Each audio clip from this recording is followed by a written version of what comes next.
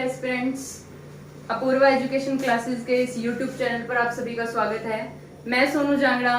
इस चैनल पर आपके लिए साइंस जो किसी भी कंपटीशन एग्जाम के लिए आप प्रिपेयर करते हो उसको इस चैनल के माध्यम से आप सबके सामने मैं रख रही हूँ।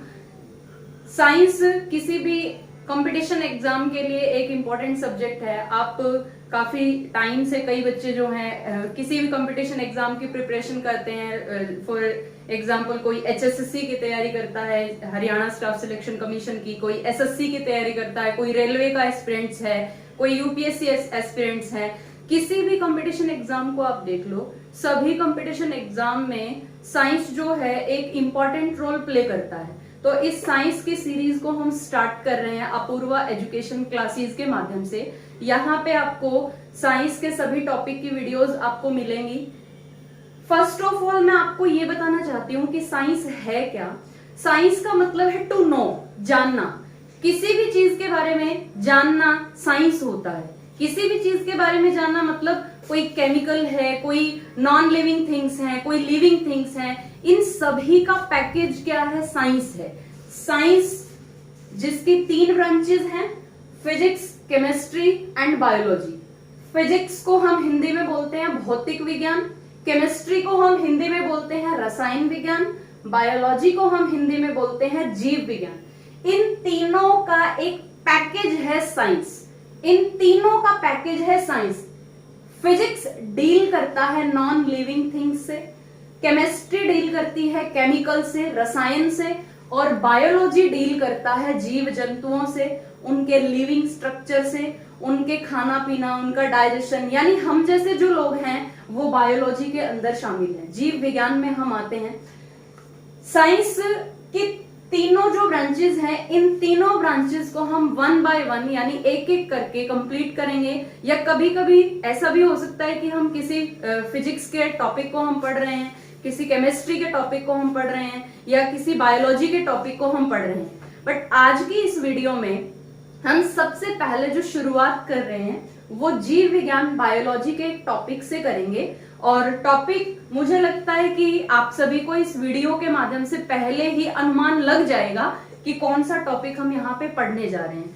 जो भी स्टूडेंट्स मुझसे जुड़े हुए हैं, अलग अलग इंस्टीट्यूट पे मैं पढ़ा चुकी हूँ, जानते हैं सोनू जांगड़ा मैम को, तो सभी स्टूडेंट्स से मैं रिक्वेस्ट करूंगी कि आप अपूर्वा एजुकेशन क्लासेस जो चैनल है, अभी एक छोटी शुरुआत हमने की है, तो इस चैनल को आप लोग सभी लोग सब्सक्राइब कीजिएगा, शेयर कीजिएगा। धीरे धीरे धीरे धीरे हाई क्वालिटीज वीडियो हम आपको प्रोवाइड करेंगे आने वाले समय में। बट अभी एक छोटी शुरुआत की है तो आप सभी का सपोर्ट हमें चाहिए। तो प्लीज आप सभी अपूर्वा एजुकेशन क्लासेस चैनल को सपोर्ट कीजिएगा, सब्सक्राइब कीजिएगा, शेयर कीजिएगा।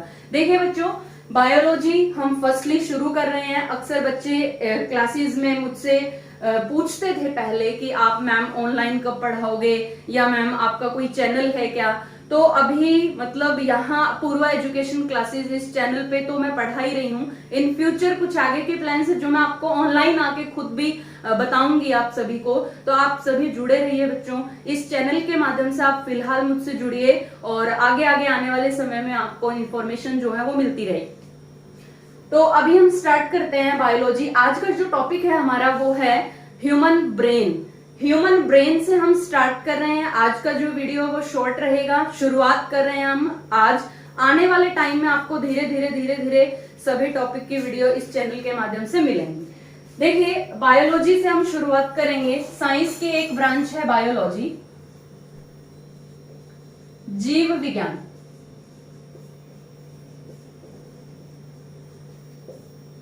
बायोलॉजी, जीव विज्ञान। बायोलॉजी के अंदर एक टॉपिक हम पढ़ते हैं ह्यूमन ब्रेन।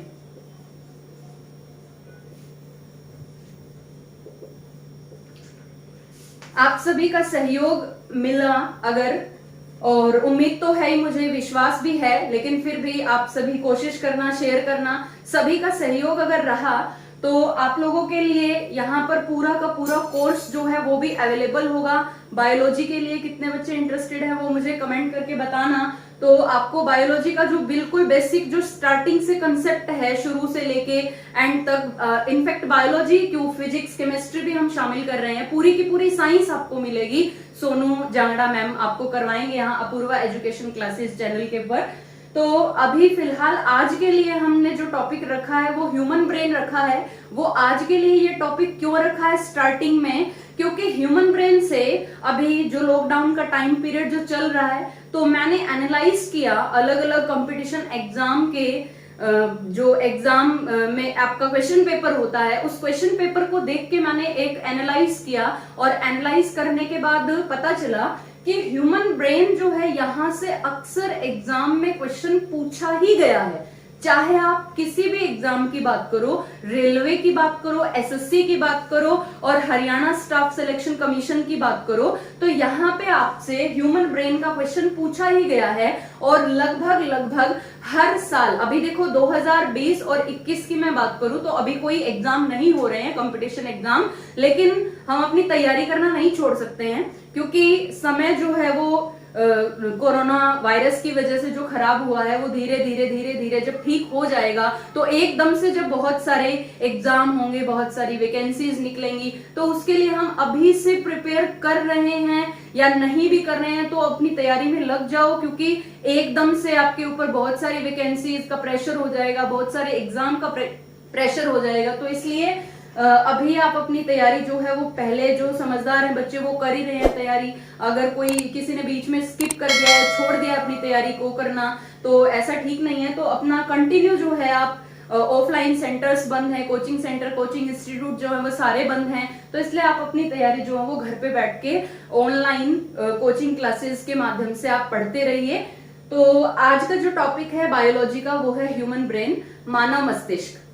देखिए, मानव मस्तिष्क की हम बात करेंगे, सबसे पहले मैं आपको क्लियर कर दूं एक बात कि जो ह्यूमन ब्रेन है, जीव विज्ञान के अंदर एक टॉपिक है ये ह्यूमन ब्रेन। और ह्यूमन ब्रेन, मानव मस्तिष्क, हिंदी में हम इसे बोलेंगे मानव मस्तिष्क।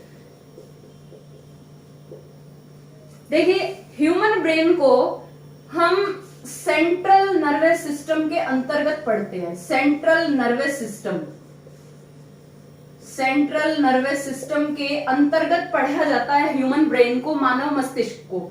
सेंट्रल नर्वस सिस्टम को हिंदी में बोलते हैं केंद्रीय तंत्रिका तंत्र, केंद्रीय तंत्रिका तंत्र। सेंट्रल नर्वस सिस्टम को हम हिंदी में बोलते हैं केंद्रीय तंत्रिका तंत्र। केंद्रीय तंत्रिका तंत्र का, सेंट्रल नर्वस सिस्टम का एक पार्ट है ह्यूमन ब्रेन, मानव मस्तिष्क।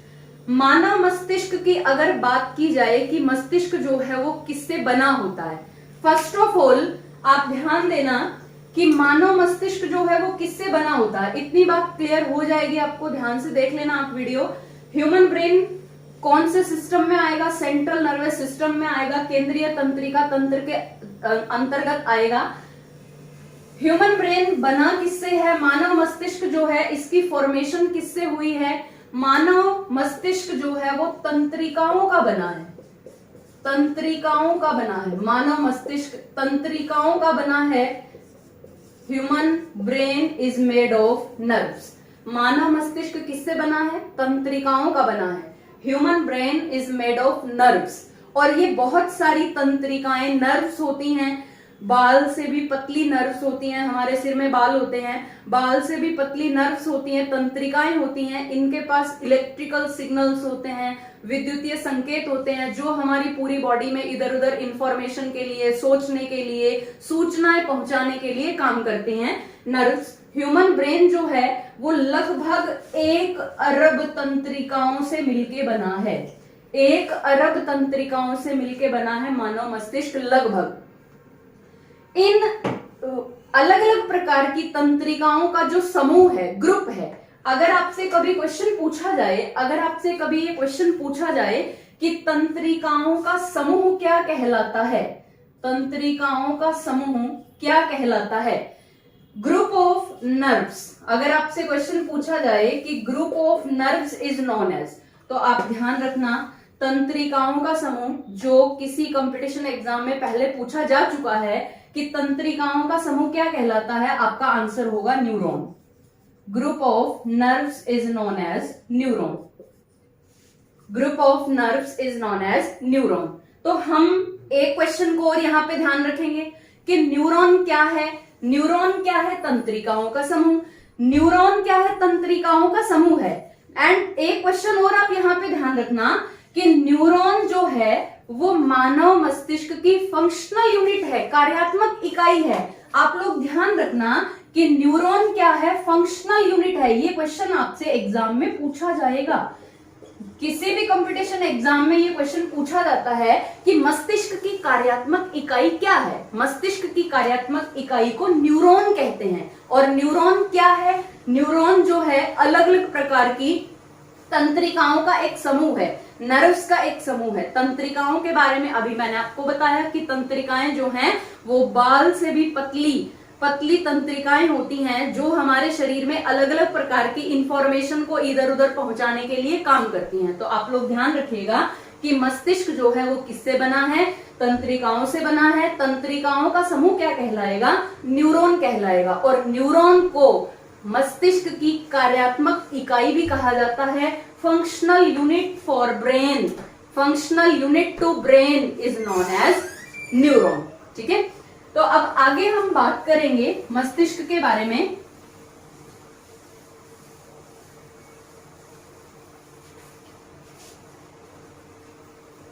देखिए क्लास, हमें ये तो पता चल गया कि ब्रेन जो है वो बना किससे है? नर्व से बना है।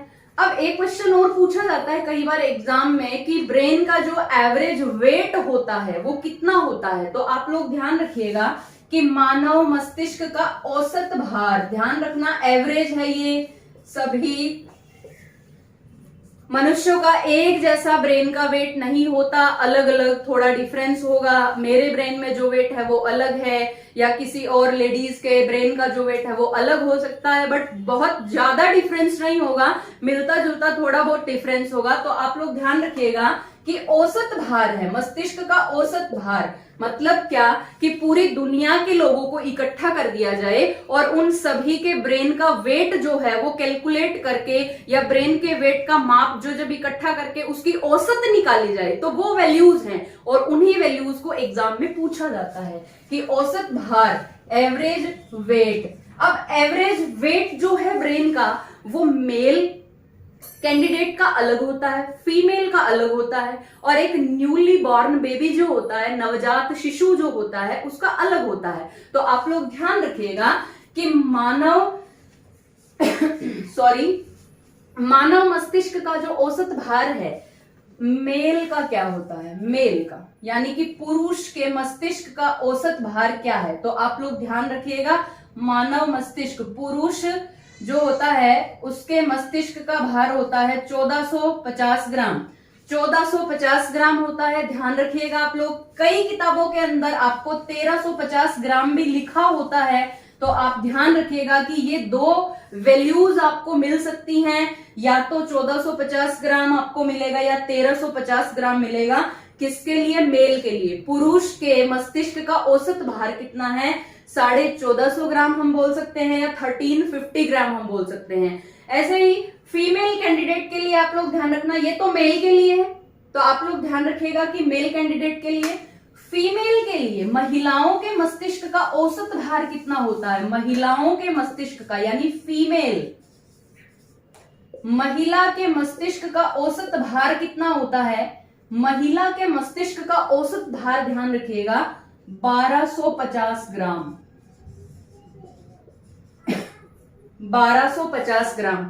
अब कई बच्चे यहाँ पे थोड़ा सा मतलब जो मेल होता है ना, वो मेल कैंडिडेट थोड़ा यहाँ पे मतलब प्राउड सा फील करता है कि मेरे ब्रेन का वेट ना महिला से ज्यादा है। तो ध्यान रखना, आपके ब्रेन का जो है वो वेट ज्यादा है, दिमाग महिलाओं का ही ज्यादा चलता है, तो इसलिए आप ध्यान रखिएगा इस बात को। फीमेल कैंडिडेट के लिए 1250 ग्राम है एवरेज वेट, और एक न्यूली बॉर्न बेबी के लिए, जिसे हिंदी में एक नवजात शिशु के लिए, न्यूली बॉर्न बेबी के लिए, नवजात शिशु के मस्तिष्क का औसत भार, न्यूली बॉर्न बेबी के लिए आप ध्यान रखना 400 ग्राम। एवरेज है ये, औसत एवरेज है ये, औसत है ये 400 ग्राम। नवजात शिशु के मस्तिष्क का औसत भार होता है 400 ग्राम। महिला के मस्तिष्क का औसत भार 1250 ग्राम। और एक मेल कैंडिडेट के लिए कई किताबों के अंदर आपको मिलेगा 1450 ग्राम, कई जगह पे आपको मिलेगा 1350 ग्राम। तो आपको 1450 अगर मिलता है तो आप वो ठीक कर दीजिए। मतलब क्या कि आपको वैल्यू जो है कई बार मतलब मिलती जुलती, अब 1350 है 1450 है, तो हो सकता है आपको 1400 ऑप्शन दे रखा हो जो रिलेटेड 4 ऑप्शन में से आपको चूज करना है। तो इसलिए आप ऑप्शन को देखते हुए चूज करना अपना आंसर कि आपको 4 ऑप्शन दे रखे हैं तो उसमें रिलेटेड वैल्यू, इनके क्लोज वैल्यू कौन सी है, तो वो आपका आंसर होगा। तो अभी हमें पता चल गया कि मानव मस्तिष्क किससे बना है और मानव मस्तिष्क का औसत भार क्या होता है। एक और क्वेश्चन यहाँ पे आप कवर कीजिएगा किसी भी एग्जाम के लिए, कंपटीशन एग्जाम के लिए। एक और क्वेश्चन आपसे कई बार पूछा जाता है कि मस्तिष्क जो है ये हमारे शरीर का कार्य मंत्री है। हमारे शरीर में जो भी सिस्टम काम कर रहा है उस काम को करने के लिए जो कमांड देता है वो क्या है, हमारा ब्रेन है। तो इसलिए ब्रेन को शरीर का प्रधानमंत्री कहा जाता है। तो आप लोग ध्यान रखिएगा कि हमारे शरीर का मैं इंडिया का प्राइम मिनिस्टर नहीं बोल रही हूं, मैं हमारी बॉडी का प्राइम मिनिस्टर बोल रही हूं, जो सबका अपना अपना सबकी बॉडी है और सभी के शरीर का जो प्राइम मिनिस्टर है, सभी के शरीर का जो प्रधानमंत्री है, वो प्रधानमंत्री कौन है, ब्रेन। तो आप लोग ध्यान रखिएगा कि शरीर का प्रधानमंत्री किसे कहा जाता है, शरीर का प्रधानमंत्री कौन है, हमारा ब्रेन। अब प्रधानमंत्री, क्योंकि कुछ भी सोचना हो हमें, कुछ भी हम काम कर रहे हैं, किसी भी प्रकार का कोई इमोशन है, मतलब किसी भी तरह की एक्टिविटी हमारी बॉडी में अगर हो रही है, हम रो रहे हैं, हमें गुस्सा आ रहा है, हमें नींद आ रही है, कुछ भी हमारे दिमाग में पता नहीं कितने कितने तरीके के विचार आ रहे हैं, पॉजिटिव आ रहे हैं, नेगेटिव आ रहे हैं, कुछ भी काम हो रहा है, हमें कोई यहाँ पे ऐसे काटता है, इस तरीके से मच्छर काटता है या कोई और जानवर हमें काटता है, मक्खी मच्छर कोई काटता है, हमें पेन होता है, हमें ठंडा महसूस होता है, हमें दर्द होता है, किसी भी प्रकार का कोई भी इस तरीके का जो हमारे साथ घटित होता है, वो सारा का सारा हमारी बॉडी के अंदर जो इंफॉर्मेशन जा रही है, तो इस सारे सिस्टम के लिए हमारा ब्रेन काम करता है, हमारा मस्तिष्क काम करता है। तो आप लोग ध्यान रखिएगा कि ह्यूमन ब्रेन जो है वो हमारे शरीर का प्रधानमंत्री कहा जाता है। नेक्स्ट, ह्यूमन ब्रेन से रिलेटेड अब आगे हम बात कर रहे हैं। मानव मस्तिष्क जो है, मानव मस्तिष्क को जब हम पढ़ते हैं तो हम इसके पार्ट्स को 3 भागों में डिवाइड करके पढ़ते हैं। मस्तिष्क के 3 भाग हैं, हमारा जो ब्रेन है इसे 3 पार्ट्स में डिवाइड किया है। 3 पार्ट्स कौन कौन से, अक्सर बच्चों को पता भी होता है लेकिन नहीं पता है, हमें सभी तरह के बच्चों को कवर करना है, तो मैं आपको बता रही हूं कि हमारा जो ब्रेन है वो 3 भागों में बटा है। ब्रेन 3 भागों में बटा है। फर्स्ट ऑफ ऑल मैं बात कर रही हूं फॉर ब्रेन के बारे में। ब्रेन जो है वो 3 भागों में बटा है। फॉर ब्रेन, अग्र मस्तिष्क। ब्रेन 3 भागों में बटा है। सबसे पहले मैं बात कर रही हूं फॉर ब्रेन के बारे में, अग्र मस्तिष्क। अग्र मस्तिष्क मतलब ये आगे का जो मस्तिष्क, हमारे कान, दोनों कान के आगे वाला जो ये सारा का सारा पोर्शन है, आगे फ्रंट, ये सारा हमारा फॉर ब्रेन के अंडर आता है। फॉर ब्रेन के बाद दूसरा भाग है मिड ब्रेन।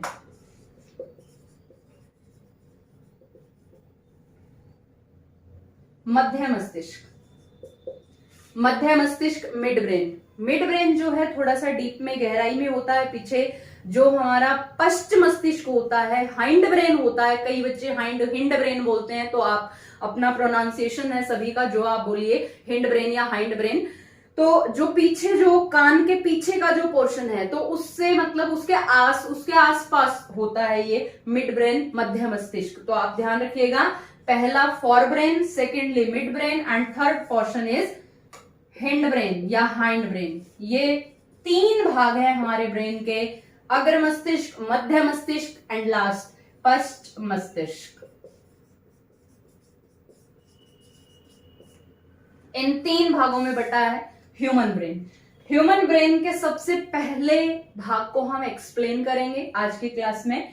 फॉर ब्रेन ये मानव मस्तिष्क का सबसे बड़ा सोचने वाला भाग है, या मैं ये कहूं कि most important part in brain. वैसे तो देखो ब्रेन के सारे ही पार्ट इंपॉर्टेंट हैं, लेकिन मोस्ट थिंकिंग पार्ट या सोचने के नजरिए, यानी जहां पर सारे दिन हम अलग अलग तरीके के विचार लगाते रहते हैं, थॉट्स आते हैं हमारे दिमाग में, कोई पॉजिटिव थॉट्स आ रहे हैं, किसी टाइम हमारा मूड जो है वो खराब है तो नेगेटिव थॉट्स आ रहे हैं, तो किसी भी प्रकार के जो थॉट्स आ रहे हैं, यानी चिंतन करने वाला, विचार करने वाला, लॉजिक्स, तर्क लगा रहे हैं हम, तो आप लोग ध्यान रखिएगा कि फॉर ब्रेन, अगर मस्तिष्क जो है ये हमारे ब्रेन का मेन थिंकिंग पार्ट है, मेन थिंकिंग पार्ट। अगर आपसे डायरेक्ट क्वेश्चन पूछ लिया जाए एग्जाम में कि मस्तिष्क का मुख्य है सोचने वाला भाग कौन सा है, तो आपका आंसर होगा फॉर ब्रेन। अभी आपको इसी क्वेश्चन के लिए मैं आगे भी बात बताऊंगी एक, तो आप लोग ध्यान रखिएगा।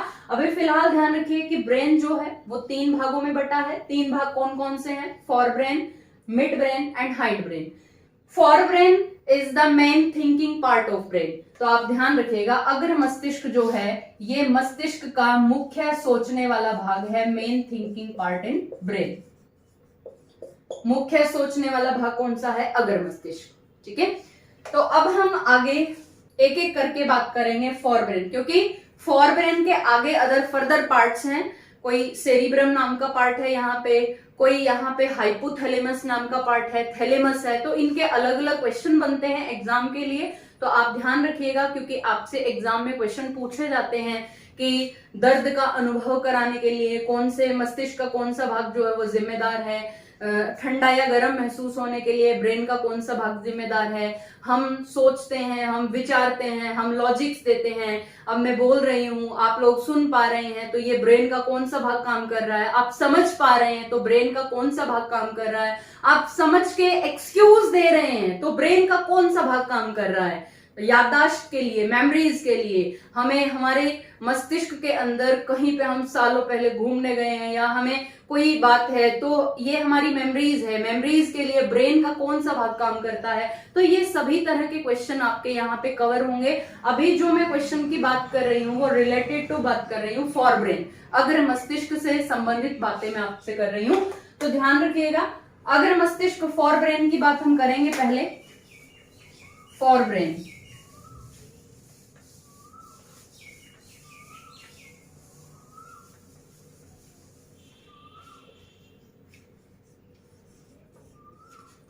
यहाँ पे मैं आपको बता दूं कि ये जो ऊपर जो ये पोर्शन दिखाई दे रहा है, हाइपोथैलेमस इधर है, थोड़ा सा ध्यान से देखिएगा, हाइपोथैलेमस इधर है, हाइपोथैलेमस के बाद ये थैलेमस है। हाइपोथैलेमस और थैलेमस हिंदी और इंग्लिश में सेम रहेंगे, तो आप लोग ध्यान रखिएगा, हाइपोथैलेमस और थैलेमस। और ये जो पोर्शन है हाइपोथैलेमस और थैलेमस, ये ऊपर का ये सारा का सारा जो पोर्शन है ये सब आपका फोर ब्रेन में शामिल होता है, फोर ब्रेन में। मिड ब्रेन यहाँ पे मैंने लिखा हुआ है छोटा सा, थोड़ा सा ध्यान से देखेंगे तो दिख जाएगा। मिड ब्रेन यानी मध्य मस्तिष्क, ये इधर मध्य मस्तिष्क को आप देखिएगा, ये देखिएगा एरो इधर, दिस इज मिड ब्रेन, ये मिड ब्रेन है, मध्य मस्तिष्क है। ऊपर का सारा पोर्शन जो है वो फोर ब्रेन है, अग्र मस्तिष्क है। और यहाँ पे थोड़ा नीचे की तरफ आके, अब नीचे की तरफ देखिएगा, ज्यादा जो पोर्शन है वो कहाँ पे गया? फोर ब्रेन में गया। मिड ब्रेन ये है, और नीचे का जो ये एरिया है जहां पे ये पिट्यूटरी ग्लैंड है और इस तरफ का ये सेरिबेलम पार्ट है, अनुमस्तिष्क जिसे हिंदी में बोलते हैं, तो ये नीचे का जो पोर्शन है ये सारा ये हाइंड ब्रेन या हिंड ब्रेन में आता है, पश्च मस्तिष्क में आता है। तो आप लोग ध्यान रखिएगा कि ब्रेन के 3 भाग है, for brain, mid brain and hind brain. For brain की बात हम कर रहे हैं। अब देखिए, मैंने कहा कि ये ऊपर का जो सारा पोर्शन है ये फॉर ब्रेन, तो इट मीन्स हाइपोथैलेमस जो है ये फॉर ब्रेन का पार्ट है, थैलेमस जो है ये फॉर ब्रेन का पार्ट है। सेरिब्रम जो है, सेरिब्रम को हिंदी में कई बच्चे जो है हिंदी मीडियम के, तो उनके लिए बता रही हूं मैं, प्रमस्तिष्क बोलते हैं हिंदी में, प्रमस्तिष्क, ध्यान रखना। सेरिब्रम जो है वो प्रमस्तिष्क है, और सेरिब्रम जो है ना, यहां से बहुत सारे क्वेश्चन बनते हैं एग्जाम के लिए। एक तो ये सबसे बड़ा भाग है ब्रेन का, the largest part into brain, ठीक है। दूसरा क्या कि मेन थिंकिंग पार्ट, जो भी मैंने आपको थोड़ी देर पहले बताया कि for brain is the main thinking part in brain. अगर मस्तिष्क, मस्तिष्क का मुख्य सोचने वाला भाग, तो आप लोग ध्यान रखिएगा कि मस्तिष्क का मुख्य सोचने वाला भाग फॉर ब्रेन को क्यों कहा है, सेरिब्रम की वजह से बोला है। सेरिब्रम काम करता है सोचने का, विचारने का, लॉजिक्स का, तर्क का, ज्ञान हो गया, स्पीच हो गया, बोलना हो गया। तो आप लोग ध्यान रखिएगा सेरिब्रम जो है, यहाँ पे मैं आपको बताती हूँ क्वेश्चन जो है सेरिब्रम से रिलेटेड। तो सेरिब्रम जो है हिंदी में मैंने अभी आपको बताया कि हिंदी में सेरिब्रम को बोलते हैं प्रमस्तिष्क। सेरिब्रम को हिंदी में बता चुकी हूं। इसके क्वेश्चन आपसे पूछे जाएंगे तो आप ध्यान रखना, क्वेश्चन आपसे दो तरीके के पूछे जाएंगे। एक तो यही बात कि हमारे मस्तिष्क का सबसे बड़ा भाग कौन सा है। मस्तिष्क का सबसे बड़ा भाग यहां पे मैं लिख दूंगी अभी, मस्तिष्क का सबसे बड़ा भाग, सबसे बड़ा भाग, मस्तिष्क का सबसे बड़ा भाग कौन सा है, सेरिब्रम, प्रमस्तिष्क। दूसरा क्या क्वेश्चन कि सेरिब्रम का काम क्या है, सेरिब्रम क्या क्या काम करता है। सेरिब्रम क्या क्या काम करता है तो आप ध्यान देना, सेरिब्रम का काम है याददाश्त। याददाश्त के अलावा ये ज्ञान को, समझ, इंटेलिजेंस को यानी बुद्धिमत्ता, इंटेलिजेंस बुद्धिमत्ता। इंग्लिश में मैं बोल रही हूं, साथ साथ ध्यान रखना इंग्लिश मीडियम स्टूडेंट्स। याददाश्त यानी मेमोरी, हमारी मेमोरी को कंट्रोल करने वाला ब्रेन का कौन सा भाग है, सेरिब्रम। ज्ञान यानी नॉलेज, बुद्धिमत्ता यानी इंटेलिजेंस। तो आप लोग ध्यान रखिएगा, इंटेलिजेंस को कंट्रोल करने के लिए ब्रेन का कौन सा भाग काम करता है, सेरिब्रम काम करता है। नेक्स्ट, और क्या क्या काम करता है ये, थिंकिंग, सोचना, थॉट्स, सोचने के लिए काम करता है सेरिब्रम। अगर आपसे कभी एग्जाम में पूछा जाए कि तर्क के लिए, तर्क को इंग्लिश में क्या बोलते हैं, लॉजिक्स, तो ध्यान रखना तर्क के लिए कौन काम करता है, ब्रेन का कौन सा भाग। अब तर्क से मतलब क्या है, मैं बोल रही हूं या दो आदमी आपस में बात कर रहे हैं, एक आदमी को बात समझ आ गई, नहीं समझ आई, तो वो लॉजिक दे रहा है कि अगर ना ऐसा करेगा या वैसा करेगा तो ये वो, तो मतलब क्या, एक्सक्यूज मीन्स। तो आप ध्यान रखना तर्क यानी लॉजिक, लॉजिक को कौन कंट्रोल करता है, सेरिब्रम कंट्रोल करेगा। स्पीच यानी बोलना, स्पीच यानी बोलना, तो ये इसके मेन काम है, सेरिब्रम के मेन काम है याददाश्त, ज्ञान, बुद्धिमत्ता, सोचना, तर्क, बोलना आदि क्रियाओं को। और एक बात और आप ध्यान रखना, बहुत सारे ऐसे एक्शन होते हैं जिन्हें हम ऐच्छिक क्रियाएं बोलते हैं, वॉलेंट्री एक्शंस होते हैं। अब voluntary actions means, for example, मैंने एक रोटी का टुकड़ा लिया या कोई भी खाने की चीज अपने मुंह के अंदर रखी और उस खाने की वस्तु को मैं चबाऊं या ना चबाऊं, मतलब वो क्या है, एक वॉलेंट्री एक्शन है, मेरी इच्छा पर निर्भर है कि मैंने जो मुंह में खाद्य वस्तु रखी है उसको चबाना या ना चबाना, वो मेरी मर्जी है। तो चबाना जो है वो कैसी क्रिया है, एक वॉलेंट्री एक्शन है। तो ध्यान रखना आप कि वॉलेंट्री एक्शन यानी ऐच्छिक क्रिया, ऐच्छिक क्रिया को कंट्रोल करने के लिए, ऐच्छिक क्रियाओं को, ऐच्छिक गतिविधियों को, ऐच्छिक गतिविधियां मतलब दौड़ना, कोई व्यक्ति है उसकी मजबूरी थोड़ी ना है कि दौड़ना, मतलब मर्जी है उसकी, दौड़े ना दौड़े, सीधा खड़ा हो जाए, बैठ जाए, तो डिपेंड करता है खुद के ऊपर। तो ध्यान रखना आप कि सेरिब्रम जो है, एक बार ये क्वेश्चन आया था, हरियाणा पुलिस में आया था, HSSC Haryana staff selection commission ने हरियाणा पुलिस का एग्जाम लिया था, तो वहां पे क्वेश्चन था कि ऐच्छिक क्रियाओं को नियंत्रित करने के लिए मस्तिष्क का कौन सा भाग जिम्मेदार है। तो ध्यान रखिएगा सेरिब्रम जिम्मेदार है, which is the largest part into brain. Cerebrum, प्रमस्तिष्क जिसको हिंदी में बोलते हैं, तो आप ध्यान रखिएगा कि ये जो है ये क्या करता है, ऐच्छिक क्रियाओं का नियंत्रण करता है। वॉलेंट्री एक्शंस इंग्लिश में बोलते हैं वॉलेंटरी एक्शंस। वॉलेंट्री एक्शंस को कंट्रोल करने के लिए कौन सा भाग काम करेगा, सेरिब्रम काम करेगा। तो आप लोग ध्यान रखिएगा, सेरिब्रम के ये क्वेश्चन जो है आपसे एग्जाम में पूछे जाते हैं। यहाँ पे सेरिब्रम जो पार्ट होता है, इस पोर्शन में, इस पार्ट में अलग अलग प्रकार की डिफरेंट टाइप ऑफ लोब्स पाई जाती हैं, lobes, different type of lobes, जिसको हिंदी में बोलते हैं पाली। थोड़ा अजीब सा शब्द है ये हिंदी में, पाली। तो लोब्स आप ध्यान रखो, क्योंकि हरियाणा पुलिस का जो पीछे मुझे ध्यान आ रहा है 2018 में जो एग्जाम हुआ था सब इंस्पेक्टर के लिए, हरियाणा पुलिस एसआई के लिए जो एग्जाम हुआ था उसमें क्वेश्चन आपसे पूछा था, तो लॉब ही मुझे ध्यान आ रहा था, लेकिन आप फिर भी ध्यान रखना, जो हिंदी मीडियम के बच्चे हैं वो ध्यान रखिए, लॉब ध्यान रख लो। और एक बार जो ऑप्शन आपको, क्योंकि बाइलिंगुअल एग्जाम होता है आपका, तो आप दोनों देख लिया करो ऑप्शन जो है हिंदी और इंग्लिश में, तो आपको अच्छे से मतलब आंसर क्लियर हो जाएगा अगर आपको पता है तो ध्यान रखना कि जो ये सेरिब्रम पार्ट होता है, इस सेरिब्रम पार्ट के अंदर ही डिफरेंट टाइप ऑफ लोब्स पाई जाती हैं, जिसको हिंदी में बोलते हैं पाली। अब वो lobes for example temporal lobe है, यहाँ पर अलग अलग प्रकार की, ऑसिपिटल लोब है, तो फ्रंटल लोब है, पेराइटल लोब है, तो अलग अलग प्रकार की लोब्स होती है और उनका क्या फंक्शन होता है ये मैं टॉपिक के एंड में आपको बताऊंगी। टॉपिक के एंड में आपको बताऊंगी डिफरेंट टाइप ऑफ लोब्स जो होती हैं अलग अलग प्रकार की। जैसे आपसे क्वेश्चन पूछा गया था कि गंध यानी स्मेल को महसूस करने के लिए कौन से प्रकार की लोब काम करती है, कौन से प्रकार की लोब काम करती है, तो आंसर क्या था, ओल्फैक्टरी लोब। Olfactory lobe. और इस कोरोना के टाइम पीरियड में अक्सर मैंने देखा है कि जिसको कोरोना हुआ है अधिकतर लोगों में ओल्फैक्टरी लोब का काम बंद हो गया, मतलब उनको स्मेल आई नहीं दी। तो ध्यान रखिएगा ये भी कोरोना का एक सिम्टम है, कोरोना का एक लक्षण है कि ओल्फैक्टरी लोब जो वो अपना काम करना बंद कर देती है। तो आप ध्यान रखिएगा ओल्फैक्टरी लोब जो है ये क्या करती है, ये स्मेल को रियलाइज करवाती है, गंध को महसूस करवाती है। तो ये लोब और भी हैं, तो वो मैं आपको बाद में करवाऊंगी, तो आप ध्यान रखिएगा। सेरिब्रम के बाद में नेक्स्ट यहाँ पे बात कर रही हूं हाइपोथैलेमस की।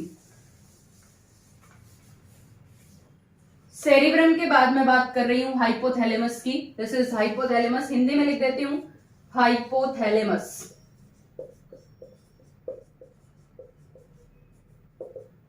हाइपोथैलेमस ये हमारे ब्रेन का, फोर ब्रेन का एक भाग है। सेरिब्रम के बाद नेक्स्ट पार्ट है ये, सेकंड पार्ट है ये, फोर ब्रेन का सेकंड पार्ट। पहला पार्ट था सेरिब्रम, सेकंड पार्ट है हाइपोथैलेमस। हाइपोथैलेमस काम क्या करता है ये हमें नोट करना है, क्योंकि एग्जाम में हाइपोथैलेमस का फंक्शन पूछा जाता है कि ये क्या काम करता है। तो ध्यान रखना हाइपोथैलेमस जो है ये पसीने का नियंत्रण करता है, पसीना कंट्रोल करता है, रक्त दाब यानी बीपी, ब्लड प्रेशर, रक्त दाब यानी ब्लड प्रेशर को कंट्रोल करता है। इसके अलावा ये भूख और प्यास को कंट्रोल करता है, भूख और प्यास को कंट्रोल करता है। ध्यान रखना कि हाइपोथैलेमस का काम क्या है, पसीने को कंट्रोल करता है, रक्त दाब यानी ब्लड प्रेशर, या फिर मैं ये कहूं कि बॉडी टेम्परेचर तो पसीने में आ गया, तो आप ध्यान रखना शरीर के तापमान का नियंत्रण मस्तिष्क का कौन सा भाग करता है, हाइपोथैलेमस। पसीने का स्त्रावण या पसीने का नियंत्रण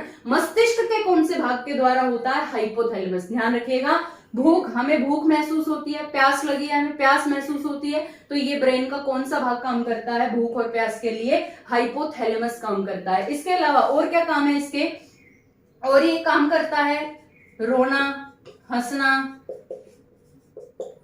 हमें रोना आता है, हंसना आता है, खुशी होती है किसी बात की, हंसना आ रहा है हमें, या किसी भी प्रकार का हमें किसी भी व्यक्ति के प्रति हमारे मन में दया का भाव आया है, करुणा का भाव आया है, या फिर हम ये कह सकते हैं कि किसी से हमें नफरत हो रही है, किसी व्यक्ति पे हमें गुस्सा आ रहा है, तो इन सभी इमोशंस के लिए ब्रेन का कौन सा भाग काम करता है, हाइपोथैलेमस काम करता है। तो आप लोग ध्यान रखिएगा। एक और बात मैं आपको बता दूं कि हाइपोथैलेमस के लिए ये भी पूछ सकता है, देखिए पिट्यूटरी ग्लैंड जो है यहाँ पे पीयूष ग्रंथि जो हमारे ब्रेन में होती है, पीयूष ग्रंथि के काम को कंट्रोल करने के लिए ब्रेन का कौन सा भाग काम करता है, पीयूष ग्रंथि, पिट्यूटरी ग्लैंड भी ब्रेन में है, और पिट्यूटरी ग्लैंड जो काम करती है इसके काम को कंट्रोल करने वाला मस्तिष्क का कौन सा भाग है, हाइपोथैलेमस। तो ध्यान रखिएगा पिट्यूटरी ग्लैंड के फंक्शन को कंट्रोल करने के लिए भी हाइपोथैलेमस काम करता है। हाइपोथैलेमस जो है ब्रेन का भाग तो है ही, साथ में ये एक अंतःस्त्रावी ग्रंथि भी होती है, अंतःस्त्रावी ग्रंथि, एंडोक्राइन ग्लैंड भी होती है। ध्यान रखना एंडोक्राइन ग्लैंड्स क्या करती हैं, अंतःस्त्रावी ग्रंथियां क्या करती हैं, अंतःस्त्रावी ग्रंथियां हार्मोन को रिलीज करती हैं। तो मीन्स हाइपोथैलेमस भी किसी ना किसी हार्मोन को रिलीज करती है, तो ये हम पढ़ेंगे हार्मोन के टॉपिक में कि ये हाइपोथैलेमस कौन से हार्मोन को छोड़ती है और उसका काम क्या है। तो आप लोग ध्यान रखिएगा, हाइपोथैलेमस का ये काम है, तो ध्यान रखिएगा। एक आज की क्लास में मैं आपको एक थैलेमस के बारे में और बता दूं, बाकी का जो आपका पोर्शन है ब्रेन का वो हम नेक्स्ट वीडियो में करेंगे। तो आज की क्लास के लिए एक थैलेमस जो है वो लास्ट पार्ट है आपका। यहाँ पे जो फोर ब्रेन वाला कंसेप्ट है, अगर मस्तिष्क वाला, वो क्वेश्चन आज की क्लास में पूरे हो जाएंगे, कंप्लीट हो जाएंगे आपके। नेक्स्ट क्लास जब होगी तो हम मिड ब्रेन की और हाइंड ब्रेन की बात करेंगे, मध्य मस्तिष्क की और हाइंड ब्रेन की बात करेंगे, और जो ये लॉब्स मैंने आपको बताई हैं, डिफरेंट टाइप ऑफ लॉब्स, इनकी बात हम करेंगे नेक्स्ट क्लास में। आज की क्लास के लिए लास्ट हम थैलेमस की बात और कर रहे हैं, तो ध्यान देना थैलेमस के काम क्या है।